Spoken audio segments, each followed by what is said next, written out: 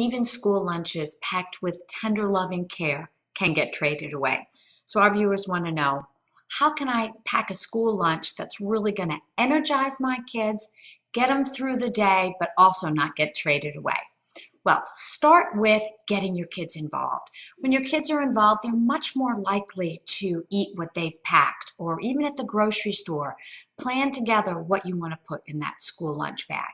Secondly, make sure you have clean containers, you have insulation, you have ice blocks to keep the food safe.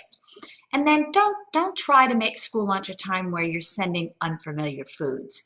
It's not the time to be trying new things. You want to send familiar foods that your kids love. So from there, I say think about 3 broad categories. You want to include a whole grain, and a whole grain is going to be breads or rolls or crackers, but popcorn or pasta or quinoa or brown rice, also a whole grain. This will get slowly digested and help them keep their blood sugar going from peaks and valleys, and also energize them. Secondly, you want to think about protein. Protein source is really important to keep them satisfied.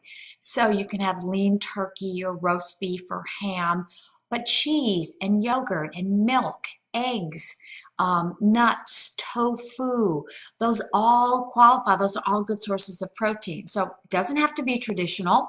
You can have little containers with all kinds of yummy stuff for the kids. And then the third category is fruits and vegetables, preferably one of each. So a small serving, a small apple or a pear, some baby carrots or a jicama, things that you know that the kids will like and eat. Sometimes it's worth it to pay for the convenience of individual packages. So you can buy little fruit cups and applesauce, 100% pure applesauce without added sugar, or apple slices. They're more likely to eat things that are easy to eat. So think of ease of eating and familiar foods, but then also you want to make sure that you consider, do you need to put in a treat? And if you do, keep it simple.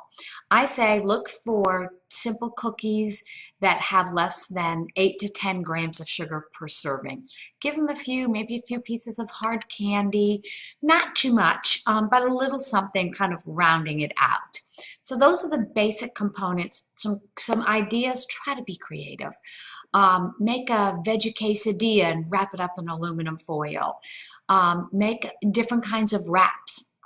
And it's always a good idea to make the food the night before so it gets nice and cold in the refrigerator. So when you put it in the lunch box with your ice block, it will stay nice and cold and be safe.